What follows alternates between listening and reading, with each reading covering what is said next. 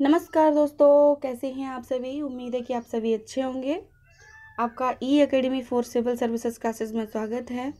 तो जैसा कि फ्रेंड्स आप सभी लोग जानते हैं, हम नेशनल और इंटरनेशनल ऑर्गेनाइजेशन की जो सीरीज़ स्टार्ट की, तो उसी क्रम में ये हमारा अगला सेशन है। आज हम आपसे बात करेंगे G7 के बारे में। फ्रेंड्स, G7 के बारे में तो हम बात करेंगे ही, इसी के साथ साथ हम G20 के बारे में बात करेंगे और साथ ही साथ FATF को भी हम यहाँ पर डिस्कस करेंगे। तो संपूर्ण जानकारी के लिए आप हमारे साथ स्टार्टिंग से लेकर इस सेशन में लास्ट तक बने रहिएगा। और इसकी PDF को फ्री में डाउनलोड करने के लिए इसकी लिंक हम डिस्क्रिप्शन में शेयर कर देते हैं, वहाँ से PDF को डाउनलोड कर सकते हैं। तो चलिए ज़्यादा समय बर्बाद ना करते हुए स्टार्ट करते हैं। तो आपको बता दें, जो G7 है वो कनाडा, फ्रांस और Germany, Italy, Japan, United kingdom और संयुक्त राज्य अमेरिका से मिलकर एक बना समूह है। इसलिए इसे ये 7 देशों से मिलकर बना है, इसलिए G7 बोला जाता है। और यह एक अंतर सरकारी संगठन है जिसका गठन 1975 में हुआ। अब इसका गठन 1975 में हुआ तो उस समय इसका गठन अर्थव्यवस्था द्वारा वैश्विक मुद्दों पर चर्चा करने के लिए एक अनौपचारिक मंच के रूप में इसका गठन हुआ, उस समय को ध्यान में रखते हुए, जिसके तहत वैश्विक अर्थव्यवस्था और अंतर्राष्ट्रीय सुरक्षा, ऊर्जा नीति जैसे साझा हित के मुद्दों पर चर्चा करने के लिए वार्षिक रूप से बैठक आयोजित की जाती है।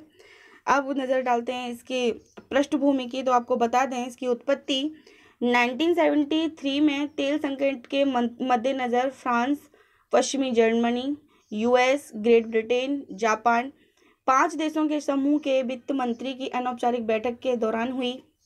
ठीक है। वैश्विक तेल संकट पर आगे की चर्चा के लिए वर्ष 1975 में फ्रांस के राष्ट्रपति ने पश्चिमी जर्मनी, जो US, ग्रेट ब्रिटेन, जापान और इटली के नेताओं को रामबोइलेट, जो फ्रांस में जगह है, वहां पर इसको आमंत्रित किया। और इसके बाद सदस्यता के रूप में France, Germany, Italy, Japan, United kingdom, संयुक्त राज्य अमेरिका ने 1975 में ये जब इसका क्या कहते हैं गठन हुआ, तो उस समय ये 6 देशों का समूह था। ठीक है। और इसे 1976 में कनाडा को भी इसमें शामिल करने के लिए आमंत्रित किया गया। जो बैठक हुई थी इनकी 1976 में प्यूर्टो रिको में। ठीक है। तो वहाँ पर इसको आमंत्रित किया गया। तो अब हो गए टोटल 7 सदस्य देश हो गए। ठीक है, जिससे मिलकर ये बना और इसीलिए इसे क्या कहा जाने लगा, G7। ठीक है। फिर उसके बाद क्या होता है कि यूरोपीय संघ ने गैर समूह के रूप में क्या किया, 1981 में इसकी सदस्यता ग्रहण की और बैठक में पूर्णकालिक भागीदारी इसने प्रारंभ कर दी। ठीक है। इसका प्रतिनिधित्व यूरोपीय परिषद के अध्यक्षों द्वारा किया जाता है। किसके द्वारा किया जाता है? यूरोपीय परिषद के अध्यक्षों द्वारा किया जाता है, जो यूरोपीय संघ के सदस्य देशों के नेताओं और यूरोपीय आयोग का प्रतिनिधित्व करते हैं। 1997 में समूह में रूस के शामिल होने के बाद 1981 में ये क्या हुआ, मतलब ये एक गैर समूह के रूप में इसका सदस्य बना था। ठीक है। और ये पूरी तरीके से सदस्य कब बना था? 1997 में। इतना ध्यान रखने की आपको आवश्यकता है। तो आपको बता दें, 1997 में रूस जब इसमें शामिल हुआ तो G7 की जगह ये कई वर्षों तक इसे G8 के नाम से जाने लगा। किसके नाम से? G8 के नाम से। ठीक है। रूस को शामिल करने का उद्देश्य ये था कि 1991 में सोवियत संघ के पतन के बाद पूर्वी और पश्चिमी देशों के बीच सहयोग को बढ़ावा देना था और इसीलिए इसको शामिल किया गया। रूस द्वारा यूक्रेन के क्रीमिया क्षेत्र के अधिग्रहण के बाद 2014 से रूस की इसमें जो सदस्यता जो थी उसे रद्द कर दी गई। ठीक है। तो इसने क्या किया, जब यूक्रेन के क्रीमिया क्षेत्र पर इसने अधिग्रहण किया तो इसे रूस को यहाँ से 2014 में हटा दिया गया और ये G8 की जगह फिर से क्या हो गया, G7 कहा जाने लगा, क्योंकि यहाँ पर 7 ही देश इसके सदस्य देश के रूप में बचे हुए थे। इसकी सदस्यता के लिए कोई औपचारिक मानदंड तो नहीं है, लेकिन इसके सभी प्रतिभागी अति विकसित और लोकतांत्रिक देश हैं। G7 के सदस्य देशों का कुल जो GDP है वो विश्व की अर्थव्यवस्था का लगभग 50% है और यह है विश्व की 10% आबादी का प्रतिनिधित्व करता है। अगर हम शिखर सम्मेलन में भागीदारी की बात करते हैं तो इसके शिखर सम्मेलन का आयोजन प्रतिवर्ष आयोजित किया जाता है और समूह के सदस्यों द्वारा इसकी मेजबानी बारी बारी से की जाती है।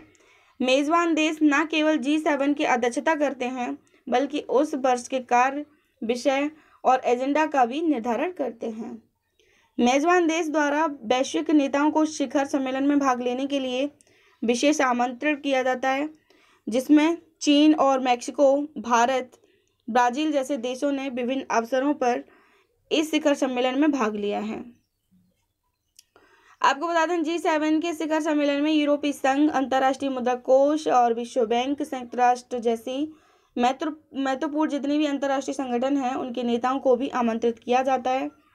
ठीक है, अब यहाँ पर बात करेंगे शेरपा की। तो शेरपा होता क्या है, तो आपको बता दें चर्चा के लिए आरक्षित विषयों और अनुवर्ती बैठकों सहित शिखर सम्मेलन के जमीनी स्तर के कार्य शेरपा द्वारा किए जाते हैं, जो आमतौर पर व्यक्तिगत प्रतिनिधि या राजदूत जैसे राजनयिक होते हैं। उन्हें यहाँ पर क्या कहा जाता है, शेरपा की संज्ञा दी गई है। ठीक है, अब बात करते हैं G7 और G20 की। तो आपको बता दें तो G20 की जो स्थापना है वो 1997 और 1998 के एशियाई वित्तीय संकट के बाद 99 में की गई थी। ठीक है, जो ये संकट आया था 1997 से लेकर 1998 में एशियाई वित्तीय संकट, उसके बाद G20 की जो स्थापना है वो 99 में हुई, जिसकी आरंभिक बैठक में वित्त मंत्रियों और केंद्रीय बैंकों के गवर्नरों ने भाग लिया था। वर्ष 2008 के वित्तीय संकट की प्रतिक्रिया के रूप में वाशिंगटन DC में आयोजित G20 के उद्घाटन शिखर सम्मेलन में राष्ट्र प्रमुख स्तर के प्रतिनिधियों की भागीदारी सुनिश्चित की गई। G7 मुख्य रूप से वैश्विक राजनीति से संबंध रखता है, जबकि जो G20 है वो G20 समूह एक व्यापक समूह है। ठीक है, ये इसका कंपैरिजन है, यहाँ पर इसको ध्यान में रखना है। जो G7 है वो किससे संबंध रखता है, वैश्विक राजनीति से, जबकि जो ये G20 है यह एक व्यापक समूह है जो वैश्विक अर्थव्यवस्था पर केंद्रित है। वो राजनीति से संबंध रखता है G7 और ये अर्थव्यवस्था से। ठीक है, इसे वित्तीय बाजारों और विश्व अर्थव्यवस्था पर शिखर सम्मेलन के रूप में भी जाना जाता है। यह वैश्विक GDP के 80% का ये प्रतिनिधित्व करता है। वो कितने का करता है, 50% का, और ये 80% का। जो G20 हैं वो G20 में G7 देशों के अलावा भी इसमें सब हैं देश शामिल। वो हैं अर्जेंटीना, ऑस्ट्रेलिया, ब्राज़ील, चीन, भारत, इंडोनेशिया, मैक्सिको, रूस, सऊदी अरब, दक्षिणी अफ्रीका और दक्षिणी कोरिया और तुर्की शामिल हैं। अब आपको बता दें G7 में भारत सदस्य के रूप में नहीं शामिल है, लेकिन G20 में भारत शामिल है। ठीक है, ये याद आपको यहाँ पर रखना है। ठीक है, अब G7 की शक्ति कमजोर कैसे हुई, तो यहाँ पर डिस्कस करते हैं। तो आपको बता दें शक्ति के निम्न परिवर्तन, और वर्ष 2018 में G8 ने खाद्य, मुद्रास्फीति और विश्व के अन्य सभी महत्वपूर्ण मुद्दों पर चर्चा की, किंतु वह वर्ष 2018 के वैश्विक वित्तीय संकट पर संवाद करने में चूक गया, जबकि इसी शिखर सम्मेलन में G20 ने इस समस्या के मूल को संबोधित करते हुए संयुक्त राज्य अमेरिका ने अपने वित्तीय बाजारों को अधिक विनियमित करने का अनुरोध किया। ठीक है, इसके बाद वित्तीय संकट से वृहद रूप से बचने के लिए सफल रहे G20 देशों के उभरते हुए बाजार किसी भी वैश्विक पहल के नैसर्गिक आवश्यक भागीदार हैं। G20 शिखर सम्मेलन का उभार वैश्विक नेताओं की सबसे महत्वपूर्ण बैठक के रूप में हुआ। इसने G8 के महत्व को कम कर दिया। ठीक है, इसने पुरानी विश्व व्यवस्था के अंत और एक नई व्यवस्था का आरंभ करने का एक संकेत दिया। किसने, G20 ने। ठीक है, इसने बोला कि एक पुरानी जो व्यवस्था है उसे खत्म करते हैं और एक नई व्यवस्था को आरंभ करने का इसने क्या किया, संकेत दिया, जब इसने 2018 में जो संवाद दिया था उस समय। तो G7 की छोटी और अपेक्षाकृत समरूप सदस्यता सामूहिक निर्णय तो बढ़ावा देती है, लेकिन इसमें उन निर्णयों को अंतिम परिणाम तक पहुंचाने की इच्छा शक्ति का इसमें अभाव है, ये इसकी कमी है। ठीक है, और साथ ही इसकी सदस्यता के महत्वपूर्ण उभरती हुई अर्थव्यवस्थाओं को वंचित रखना इसकी एक बड़ी कमी है। G7 एक अनौपचारिक समूह है और निर्णयों को अनिवार्य रूप से लागू करने की क्षमता नहीं रखता।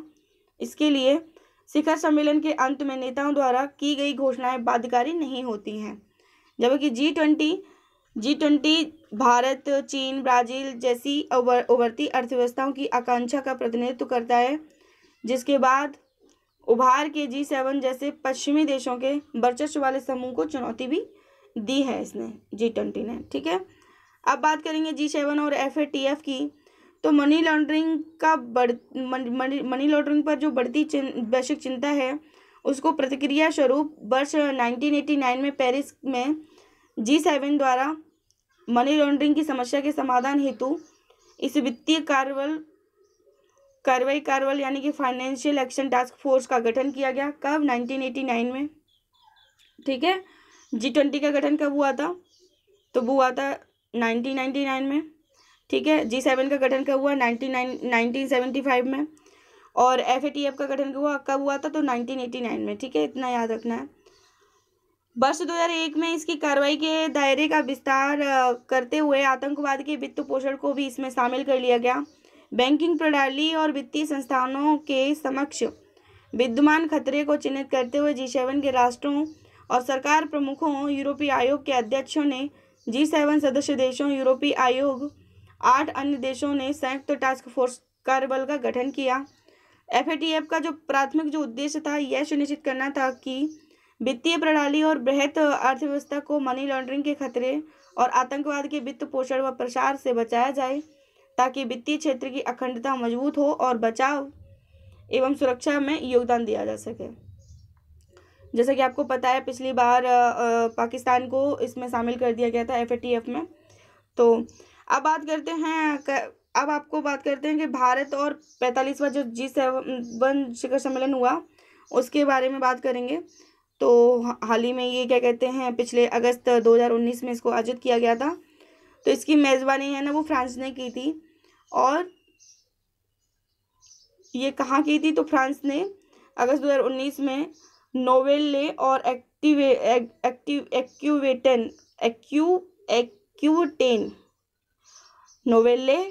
एक्विटेन के बियारित्ज में की थी। कहाँ पे की थी? अजीब अजीब से नाम होते हैं, याद भी नहीं होते हैं। तो कुल मिला के ये है कि जो 45वां जो मतलब G7 शिखर सम्मेलन हुआ, उसकी मेज़बानी किसने की, इतना याद रखना है। तो वो की फ्रांस ने। ठीक है, तो फ्रांस के राष्ट्रपति ने लोकतांत्रिक व्यवस्था को बढ़ावा देने के लिए और महत्वपूर्ण क्षेत्रीय प्रभाव रखने वाले 4 भागीदारी देशों, जिसमें ऑस्ट्रेलिया, चिली, भारत और दक्षिण अफ्रीका आते हैं, 5 अफ्रीकी भागीदारों, जिसमें बुर्किना फासो, सेनेगल, रवांडा और दक्षिण अफ्रीकी संघ आयोग ये आते हैं। इसके अध्यक्ष मूसा फाकी तथा नागरिक समाज के प्रतिनिधियों को इस सम्मेलन में क्या किया? आमंत्रित किया। इसमें आमंत्रित किया था। ठीक है, तो G7 के शिखर सम्मेलन में भारत की उपस्थिति से प्रमुख आर्थिक शक्ति के रूप में भारत का बढ़ता हुआ महत्व देखने को मिला।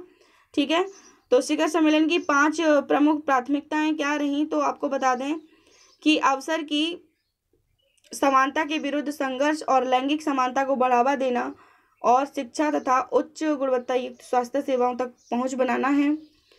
ठीक है, सेकंड है कि जैव विविधता, महासागरों के संरक्षण पर आधारित जलवायु वित्त और उचित पारिस्थितिकी संक्रमण के माध्यम से ग्रह की रक्षा करके पर्यावरणीय असमानता को कम करना।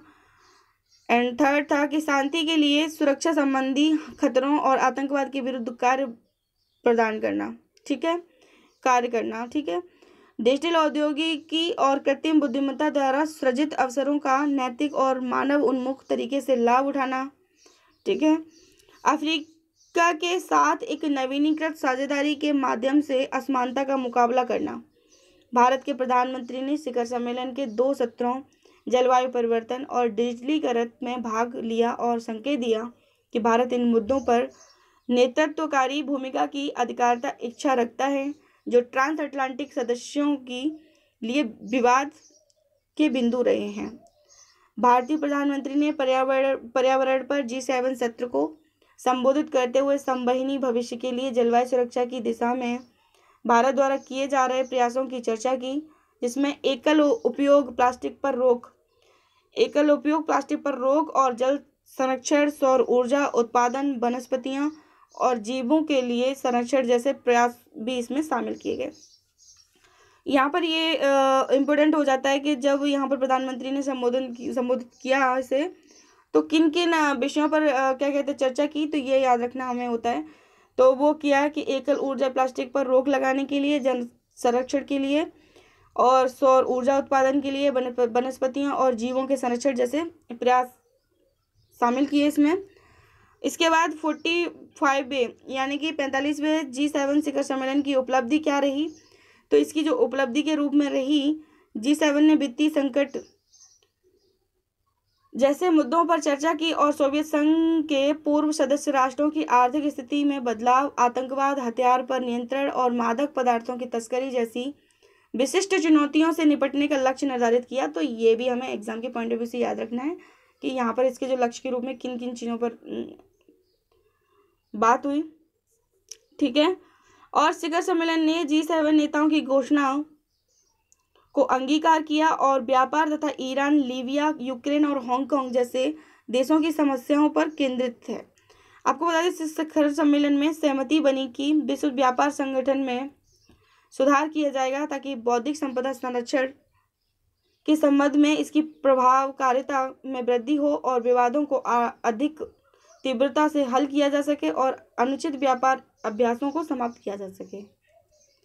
आर्थिक सहयोग एवं विकास संगठन के ढांचे के अंदर नियम की बाधाओं को सरल बनाने और अंतर्राष्ट्रीय कराधान को आधुनिक बनाने के लिए 2020 तक एक समझौता संपन्न कर लिया जाएगा और ईरान में यह सुनिश्चित किया जाएगा कि ईरान कभी भी परमाणु हथियार प्राप्त ना कर सके और क्षेत्र में शांति व स्थिरता बनी रहे।